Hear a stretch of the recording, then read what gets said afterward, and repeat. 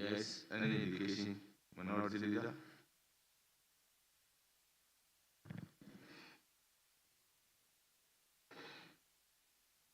Mr. Speaker, I rely on Order 92 of the rules of this House to proceed to say that this morning we were informed that one of us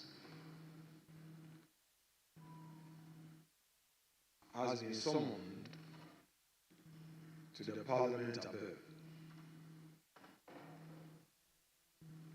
It's quite regrettable for me to be the carrier of this message to this august House. Speaker, the member was seen over the weekend, hale and hearty, was able to undertake his committee work,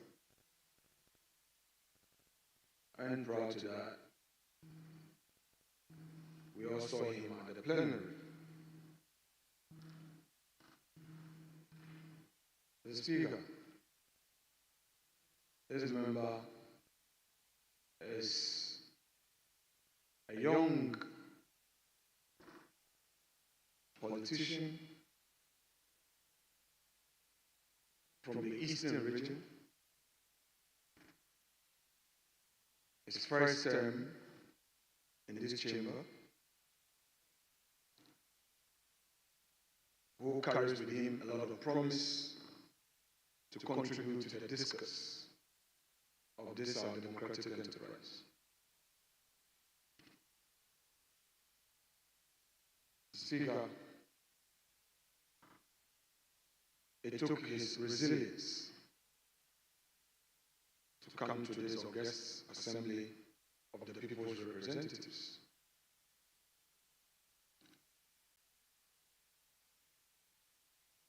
He was determined to serve his people for the term he was elected to serve. Mr. Speaker, the caucus of the NPP minority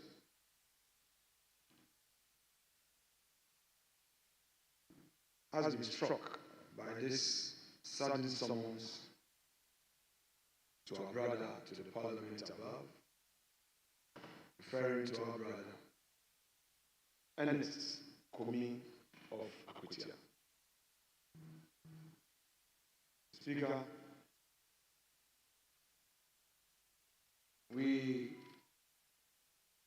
are in touch with the family, and as it is customary, at the appropriate time, Parliament and its leadership shall be informed. This information under the 92 must not be seen and construed in terms of any constitutional imperative. It is very informal. And just to say that for the avoidance of doubts, the necessary requirements that may trigger any further process is properly outlined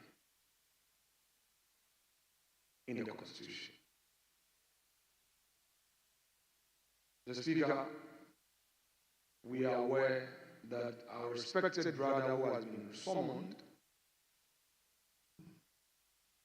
by the Lord above, who presides over the Parliament above, left a family, a wife, and children.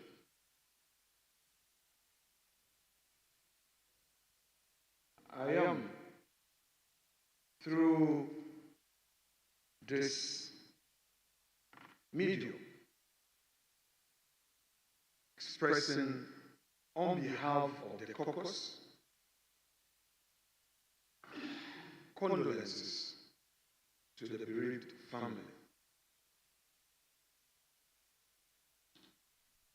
and to the people of Akwetia who found him worthy of their trust and therefore elected him to represent them. The caucus says to them, Kose,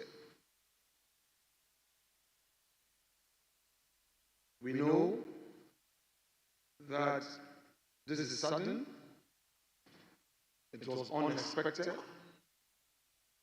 The member was not seen as somebody who was unwell, and therefore you are pained. But like we say, God knows best.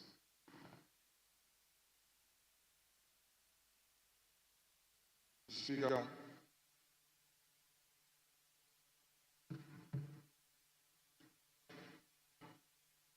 I just checked the background of this young man, born 1984, pursued his first degree, and per his public records, he's pursued 3 second degrees: an MBA in corporate governance, an LLB in law, MSc in defense and international politics, served previously as a security manager prior to joining this chamber. Mr. Speaker, a lot can be said.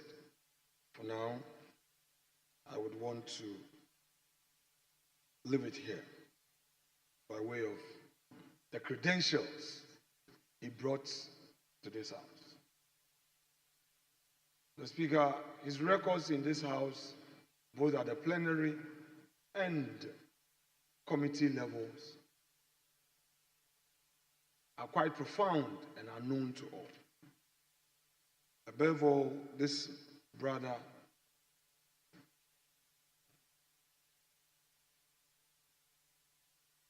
had all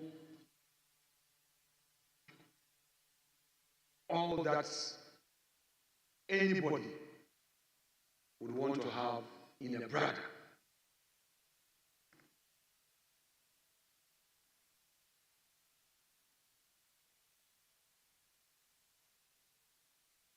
He lived the prayer of this house, quote, a country of righteousness where none shall wrong his neighbor, unquote. No one can ever say that in his few months in this chamber, he was controversial or wronged colleagues. He was always there, seeing him every day happy and all. So, Speaker, this house is aware that today we programmed a couple of business. The majority leader informed us last week of business for this week. It is the prayer of this side of the house, the NPP Minority Caucus, of 88, regrettably -1. To pray with the indulgence of the leader of the house that today's proceedings be terminated as when as we observe a minute of silence in his honor.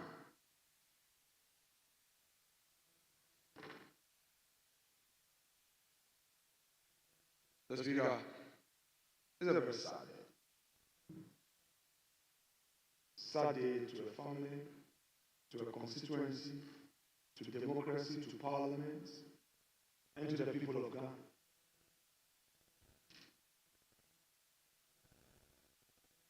We know not when any of us may receive the summons. Colleagues, let's take heart and continue with our service to Mother Ghana. Mr. Speaker, I appreciate this precious space to break this unfortunate news. I do so with a lot of regrets and a lot of hesitation. But it's my duty to be the bearer of it. And I've done so. Thank you, sir. Yes.